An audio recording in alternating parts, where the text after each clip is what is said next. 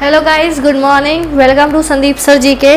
बज रहे हैं सुबह के 7 एंड 7 बजे। आई होप आप सब लोग उठ गए होंगे और आपने अपना ब्रेकफास्ट और चाय वगैरह से फ्रेश यानी फिनिश हो गए होंगे, करके सब बैठे होंगे ये क्लास देखने के लिए। I hope and good morning to all of you.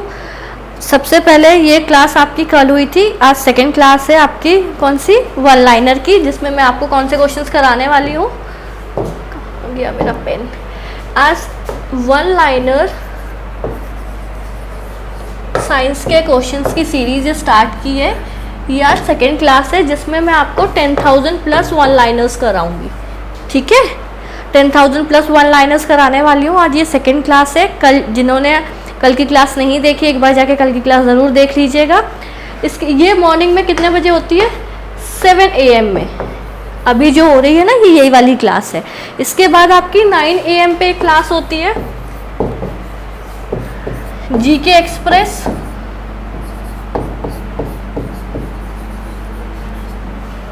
ये कौन लेता है? संदीप सर लेते हैं, जिसमें आप हिस्ट्री, पॉलिटी, ज्योग्राफी के क्वेश्चन सर कराते हैं, जिसमें सिर्फ क्वेश्चन आंसर्स होते हैं।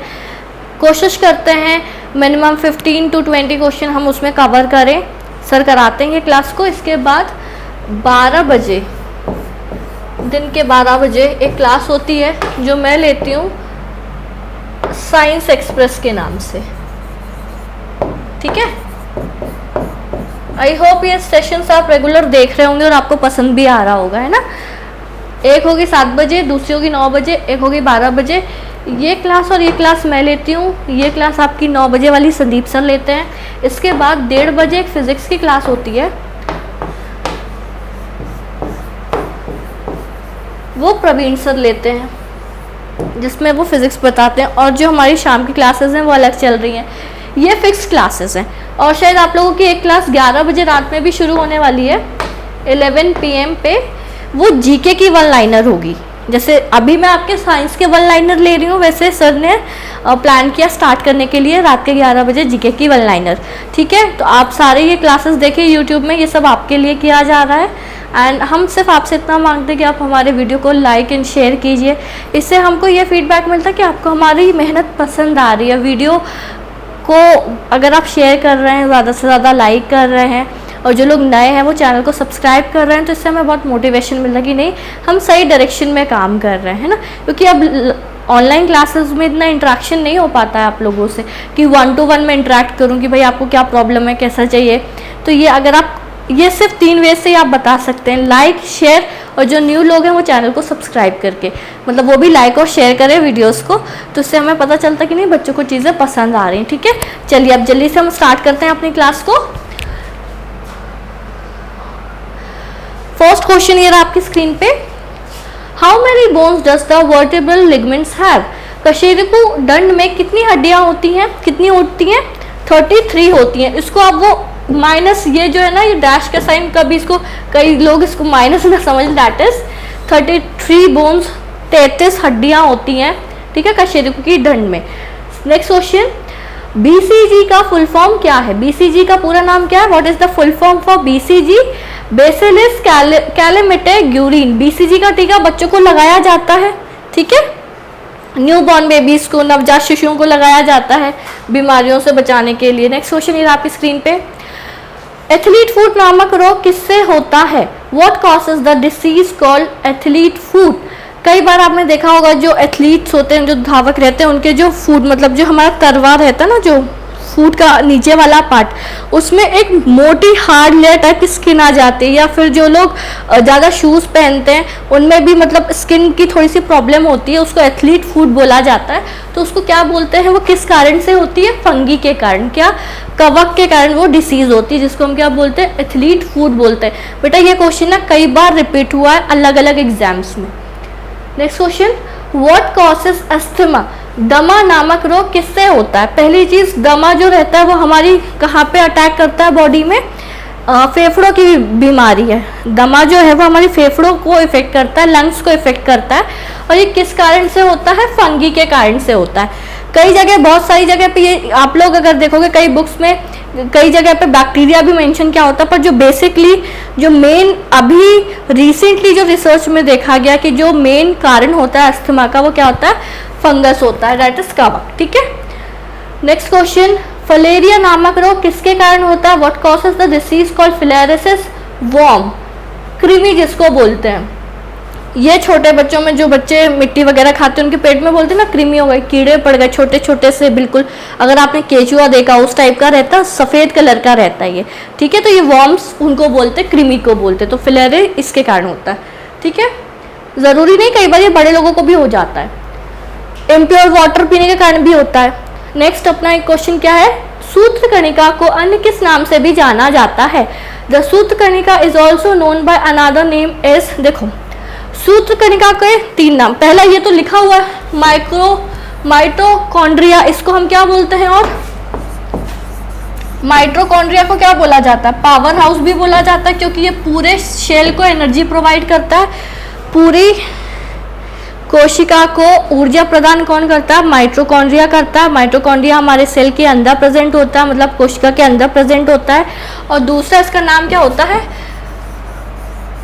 बायोब्लास्ट भी बोला जाता है इसको, ठीक है। पावर हाउस, बायोब्लास्ट एंड सूत्रकणिका, ये माइटोकॉन्ड्रिया के नाम है।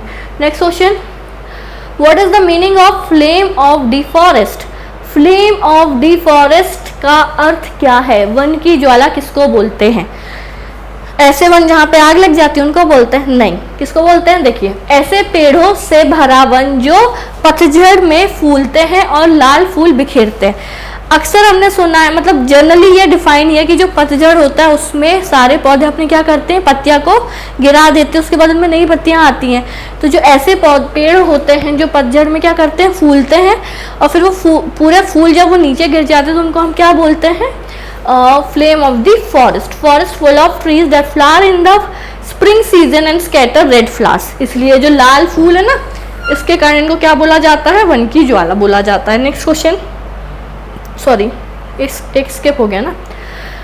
What is penicillin made of? Penicillin किससे बनाया जाता है? किससे बनाया जाता है? फंगी से बनाया जाता है। देखो, अब जिसको ये चीज याद है, पेपर में आया पेंसिलिन किससे बनाया जाता है? ऑप्शन दीजिए, बैक्टीरिया, फंगी, वायरस, प्रोटोजोआ, ठीक है, फॉर एग्जाम्पल।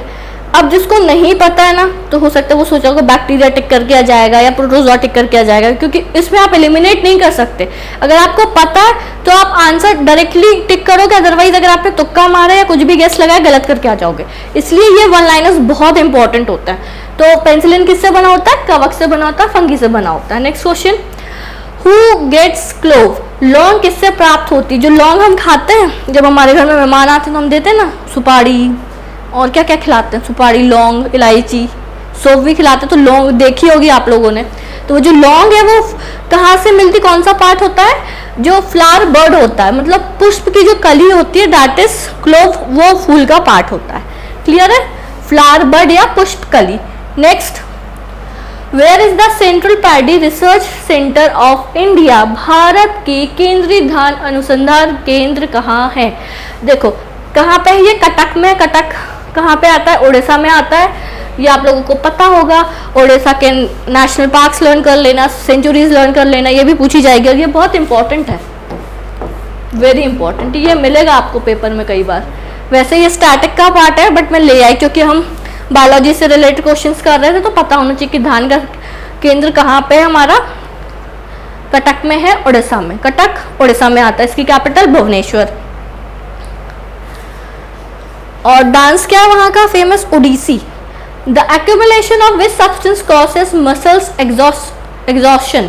किस पदार्थ के संचय से मांसपेशी में थकावट पैदा होती है? ये मैंने कल की क्लास में भी आपको बताया, जो लैक्टिक एसिड है, इसके कारण हमारी जो मसल्स है इनमें थकान पैदा होती है। नेक्स्ट क्वेश्चन, कृत्रिम गुर्दा के सिद्धांत पर कार्य करता है? What principle does the artificial kidney work on? किस पे काम करता है? डायलिसिस पे, अपोहन में, ठीक है, दैट इज डायलिसिस। पता होगा डायलिसिस होती है, जिनकी किडनी फेल हो जाती है तो फिर वो किस पे जाते हैं? डायलिसिस में आते हैं। किडनी क्या काम करती है? ब्लड को फिल्टर करती है। अब जब किडनी किसी कारण से आपकी प्रॉपर फंक्शनिंग नहीं कर पा रही है तो हम वो फिल्टर को फिर डायलिसिस के थ्रू करते हैं, ठीक है। Next question,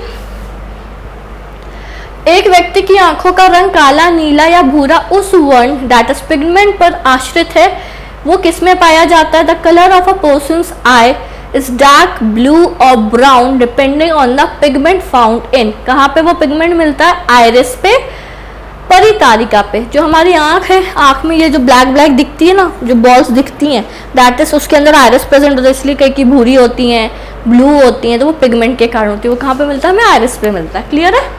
next, which part become swollen pink when it gets washed away in the eye? जब आंख में धूल चली जाती है तो कौन सा हिस्सा सूजकर गुलाबी हो जाता है? इसको नेत्र श्लेष्मा या कंजंक्टिविटा बोलते हैं। ठीक है, कंजंक्टिवल। ठीक है, ये क्या होता है? अब ये बहुत कॉमन सी टर्म है जो हमें नहीं पता होती और ऐसे कई बार एग्जाम्स में पूछ लिया जाता है। कुछ गया आँख में आपके कुछ गया, आपने उसको रब किया तो ये पूरा ये वाला पार्ट कैसा हो जाता है?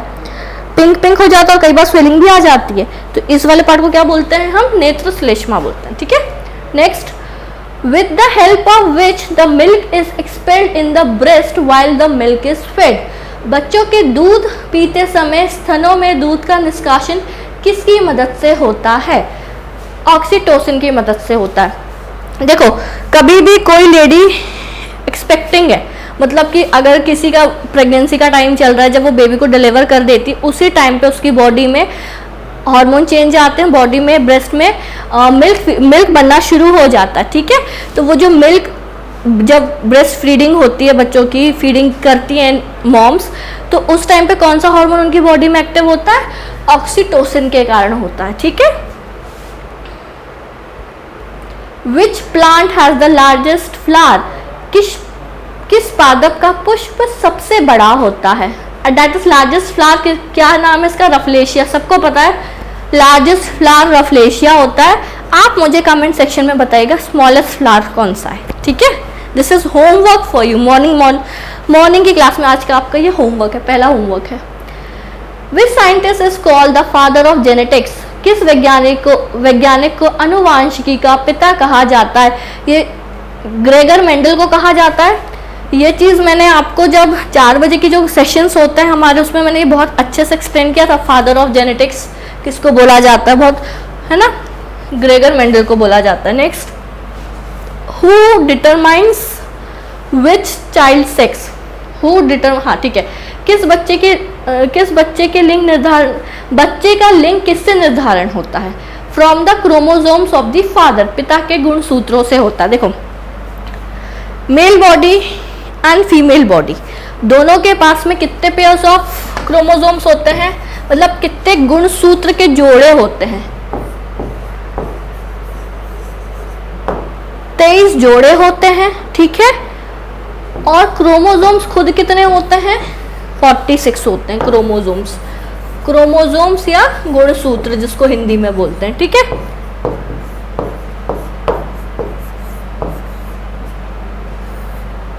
ठीक है, 22। देखो, मेल बॉडी में भी 23 होंगे, फीमेल बॉडी में भी 23 होंगे, मतलब नर के शरीर में भी 23 और मादा के शरीर में भी 23 होंगे। 23 जोड़े क्रोमोसोम के होंगे, उसमें मतलब 23 जोड़े होंगे और उनको कन्वर्ट कर लोगे तो कितने होंगे? 46 क्रोमोसोम्स आ जाएंगे। ये चीज क्लियर हुई।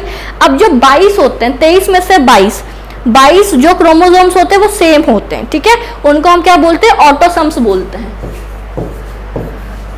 22 पेयर्स को हम क्या बोलते हैं?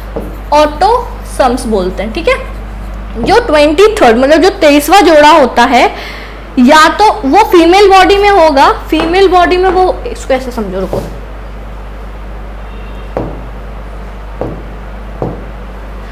फीमेल बॉडी में जो 23वां गुणसूत्र होगा, ठीक है, वो किस पेयर का होगा? X होगा। ठीक है, और मेल बॉडी में कौन सा होगा? वो X और Y होगा।